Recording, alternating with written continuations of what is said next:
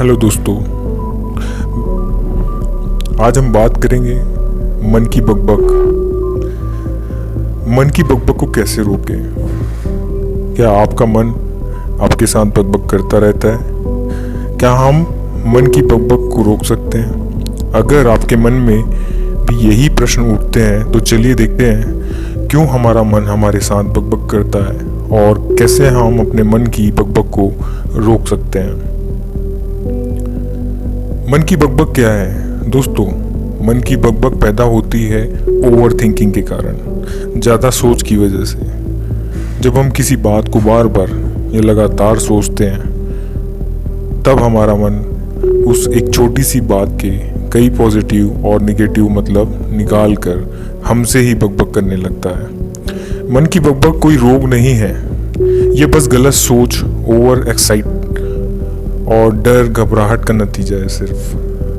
क्योंकि हमारा दिमाग भावनाओं जैसे खुशी, प्यार, नफरत, गुस्सा, जलन आदि के बीच ही उलझा रहता है। एक बात ध्यान रखिएगा दोस्तों, हमारे मन को सभी प्रकार की भावनाओं से खेलना अच्छा लगता है।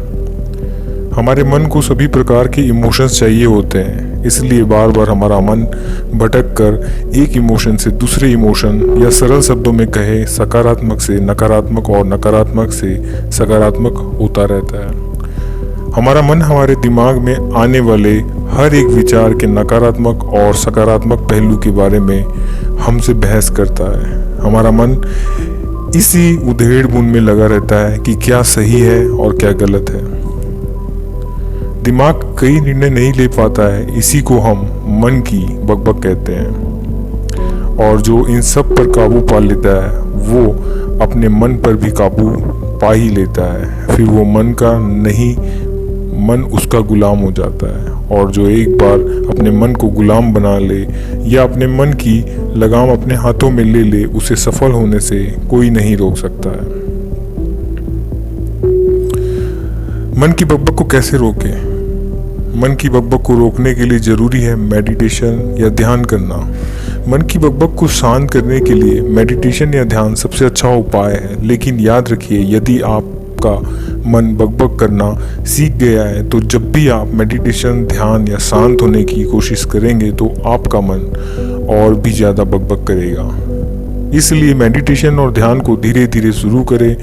शुरुआत में कम समय लें और धीरे धीरे अपनी अवधि को बढ़ा दें।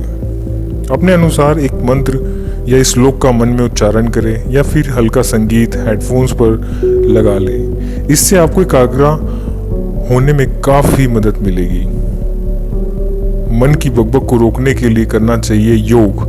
दोस्तों, आज के समय में तो कहा जाता है कि योग की ताकत से बड़ी बड़ी बीमारियां भी ठीक हो जाती है। तो फिर ये मन की बकबक क्या है?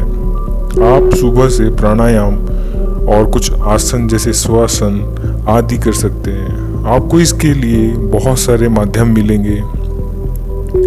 मन की बकबक को रोकने के लिए चाहिए शांत वातावरण। कोशिश करें अपने आसपास के वातावरण को शांत रखने की।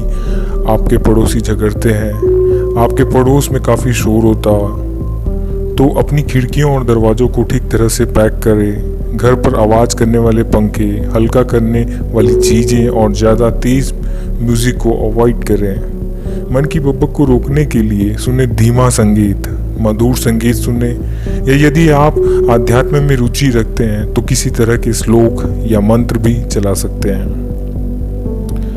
मधुर संगीत हमारे मन को शांत रखने में महत्वपूर्ण भूमिका निभाता है।